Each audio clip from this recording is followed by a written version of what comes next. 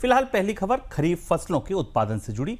केंद्र सरकार ने इस साल खरीफ फसलों के उत्पादन के लिए जो लक्ष्य रखा है, असल में उत्पादन उससे ज्यादा हो सकता है। जी हां, केंद्रीय कृषि आयुक्त के मुताबिक इस साल खरीफ फसलों के उत्पादन का लक्ष्य 17.14 करोड़ टन रखा गया था।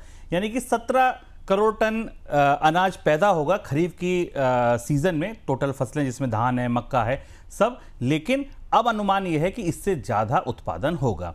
धान और मक्का की बुआई बढ़ने और मौसम फसल के अनुकूल होने से उत्पादन लक्ष्य से ज्यादा होने की संभावना है। कृषि आयुक्त के मुताबिक तिलहन और दलहन की बुआई में आई कमी के बावजूद बेहतर मौसम की वजह से पैदावार बढ़ सकती है। सर, कैसे समझें इस बयान को?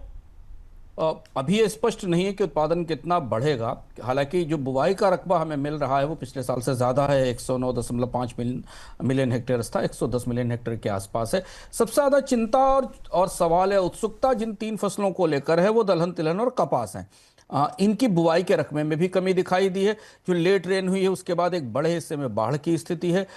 धान की उपज को लेकर भी थोड़ी चिंता है, लेकिन चूंकि उड़ीसा और झारखंड से धान की पैदावार बेहतर है, तो अगर पंजाब से धान की फसल पर कोई असर पड़ भी रहा होगा तो वहां से शायद संतुलित हो जाएगा।